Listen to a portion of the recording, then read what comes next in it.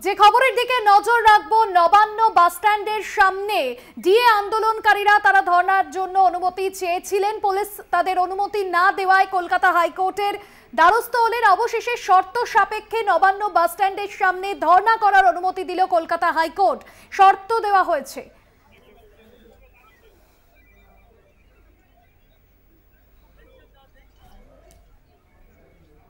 ক্ষমতায় পাঠানো হয়েছে, তার এইটুকু গণতান্ত্রিক মূল্যবোধ থাকবে যে তার কর্মচারীদের সাথে বসে তাদের দাবি দেওয়ার কথা মেটানো এবং শোনা এবং মানুষের কথা এবং সমস্যা শোনা এবং তার সমাধান করার উদ্যোগ তিনি নেবেন।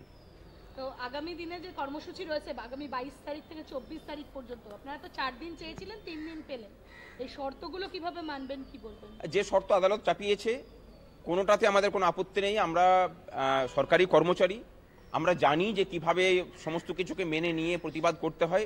বিগত 11 মাস ধরে সেটা করে আসছি। আগামী 3 দিনেও তার অন্যথা হবে না। মানে যা বলেছেন আদালত, আমরা শিরোধার্য করে তার সমস্ত সীমারেখার মধ্যে থেকেই আমাদের প্রতিবাদ ধ্বনিত করব। মুখ্যমন্ত্রী তো এখন এই মুহূর্তে নেই বঙ্গে, কি বলবেন? না থাকলেও আপনি নিশ্চিত থাকতে পারেন যে এই মুহূর্তে তার চোখও টিভির দিকেই আছে। এরপর বাধা সৃষ্টি হতে পারে কি? বাধা তো তিনি এখানেও দিয়েছিলেন, কোর্টে যাতে এই মামলা না করা যায়, বহু রকমের সলাকলা তাদের আইনজীবীরা করেছিলেন, টেকেনি। আলটিমেটলি ন্যায় বিচার পাওয়া গেছে, মানুষ ন্যায় বিচার পাচ্ছেন, এটাই হচ্ছে বড় ব্যাপার। সব জায়গাতে যে ছলনা চলে না সেটা প্রমাণিত হলো আজকে।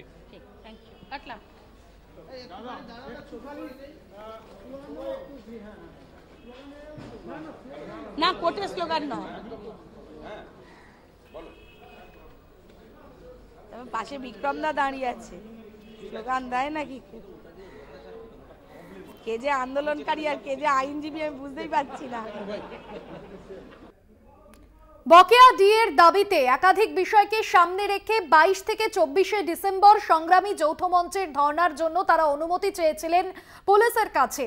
নবান্ন বাসস্ট্যান্ডের সামনে ধর্নার অনুমতি চাওয়ায় পরবর্তীতে তাদের অনুমতি না দেওয়া হলে কলকাতা হাইকোর্টের দ্বারস্থ হয় সংগ্রামী যৌথ মঞ্চের সদস্যরা। অবশেষে শর্ত সাপেক্ষে নবান্ন বাসস্ট্যান্ডে ধর্নায় অনুমতি কলকাতা হাইকোর্টের। মহার্ঘ ভাতার দাবিতে সুর চড়ালো সংগ্রামী যৌথ মঞ্চ, এবং এর আগে আমরা দেখেছিলাম কলকাতার রাজপথে বারংবার তারা তাদের আন্দোলন দেখিয়েছেন, তারা তাদের হকের ডিএর দাবিতে আন্দোলন চালিয়ে গিয়েছেন। 22 থেকে 24শে ডিসেম্বর সংগ্রামী যৌথ মঞ্চের ধর্না নবান্ন বাসস্ট্যান্ডে।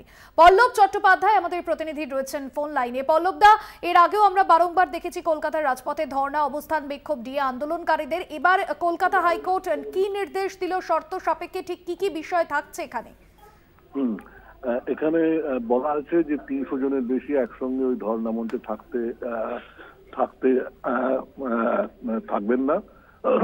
এই শর্তটা মানতেটা হবে। এছাড়া বিচারপতি যেটা বলেছেন রাজ্যের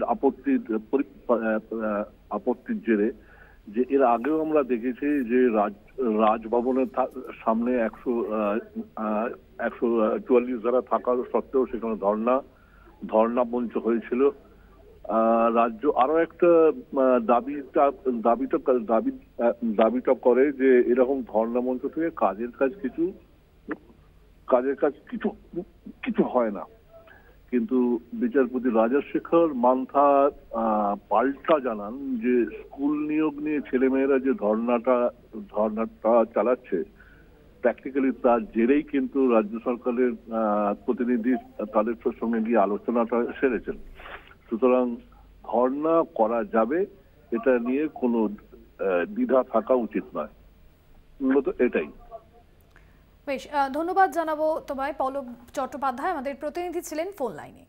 নবান্ন বাসস্ট্যান্ডে ধর্নায় অনুমতি কলকাতা হাইকোর্টের। শর্ত সাপেক্ষে ধর্নার অনুমতি ডিএ আন্দোলনকারীদের তরফে পুলিশের কাছে আবেদন জানানো হয়, যদিও পুলিশের তরফে কোনো রকম কোনো অনুমতি না দেওয়ায় পরবর্তীতে কলকাতা হাইকোর্টের দ্বারস্থ হয় সংগ্রামী যৌথ মঞ্চের সদস্যরা। 22 থেকে 24শে ডিসেম্বর সংগ্রামী যৌথ মঞ্চের সদস্যদের তরফে নবান্ন বাসস্ট্যান্ডের সামনে ধর্না কর্মসূচি নেওয়ার কথা। শর্ত সাপেক্ষে যৌথ মঞ্চের ধর্নায় অনুমতি দিল কলকাতা হাইকোর্ট। এর আগেও বকেয়া ডিএর দাবিতে বারংবার কলকাতার রাজপথে আন্দোলন দেখিয়েছেন সংগ্রামী যৌথ মঞ্চের সদস্যরা এবার নবান্ন বাস স্ট্যান্ডের সামনে তাদের যে মিছিল এবং তাদের যে ধর্ণা কর্মসূচি, সেই ধর্ণা কর্মসূচিতে শর্ত সাপেক্ষে অনুমতি দিল কলকাতা হাইকোর্ট। হকের ডিএর দাবিতে এবার তারা নবান্ন বাস স্ট্যান্ডের সামনে ধর্ণা।